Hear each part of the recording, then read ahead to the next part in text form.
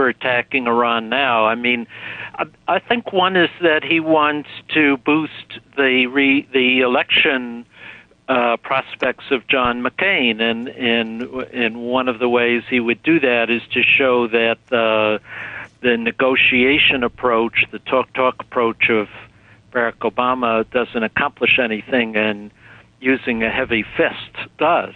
That at least would be the claim, that by attacking Iran and disassembling its nuclear facilities, he's accomplished something using military force. Now they're claiming that the surge in Iraq worked, that talking tough to Russia is what you have to do, that all of this diplomacy doesn't accomplish anything. It's to the outside observer. I'm a money manager. I'm not a political analyst by any stretch of the imagination. But to an outside observer, that just seems so delusional. Am I missing something? Well, this is gambling. This is like going to Las Vegas and betting the house, and maybe he'll win. Maybe he'll win big. I think the chances are he'll lose the house. We'll have another catastrophic disaster. That's what I think will happen, that there'll be more chaos in the Middle East, that the price of oil will rise again, that our allies will turn against us, and the rest. But, he and the neoconservatives behind him believe that the use of military force solves everything. Michael, this is Jay. Doesn't it also give them a reason to, or an issue to elect John McCain by keeping this chaos and strife going? Doesn't that play well for the McCain campaign? Only if you could demonstrate a degree of success, and that you need a tough, that force works, and that you need, at this moment, you need a tough speaking, hard-hitting Vietnam vet, and kind of a guy, and that John McCain is your man, and you don't want a weak, feeble, inexperienced kind of guy. I mean, I think this is the way they're going to try to frame the election. And I think this is the way, this is the way Hillary Clinton tried to undermine Obama's campaign in the primaries, and she got a lot of success with it, and I think they're copying her approach now.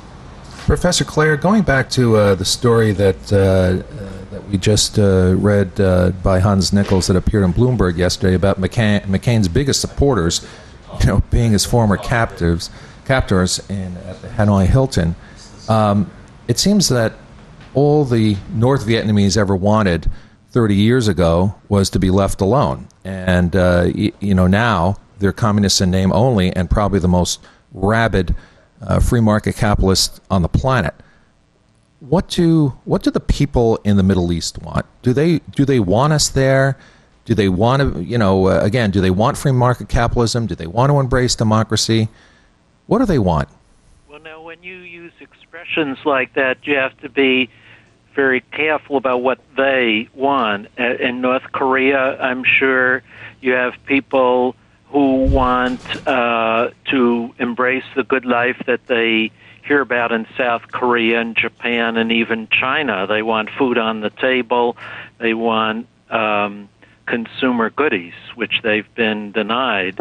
But there are plenty of people who have benefited from the communist system in North Korea who are the elites who want to preserve that system. So you have divisions there. And I think the same thing is true in the Middle East. In Iran, for instance, you have people who I'm sure would like to see the clerics thrown out, the mullahs who have repressed their culture and kept a very tight lid on cultural rights and democratic rights and the rights of women. They like to see them thrown out. But on the other hand, there are also people who benefit from the system in Iran who want to keep it that way. So you have divided populations in all of these countries. Now, what I think is if the United States attacks Iran, what you're going to get is a unifying effect. People are going to turn against the United States. That's the stupidity of a policy of attacking I think a more flexible policy is one in which we stand to benefit from the fact that there are many people in the Middle East, as you suggest, who would like to embrace a Western style of life. But if we use force, that will turn those people against us on nationalistic grounds. You know, I spent a little time, I'm not going to go into the details on this because I don't want the FBI to show up at my doorstep, but I spent a little time helping develop the Iranian oil bourse, the IOB, on the island of Kish. The Wimpole Consortium was the lead contractor in that project. And in that project, Iran is looking to create not just an energy exchange, but a standard for Caspian oil in the same way that you have the Dubai Standard of Oil or West Texas Intermediate Crude or Brent Crude. And I had the occasion to meet a number of Iranians who, along with being Islamic fundamentalists, were also some pretty clear-headed thinking capitalists. I don't see how war would further their objectives, in creating an oil exchange, in creating wealth for their country. The Bush administration seems to cloud everything with ideology, when in truth, the Iranian oil interests are not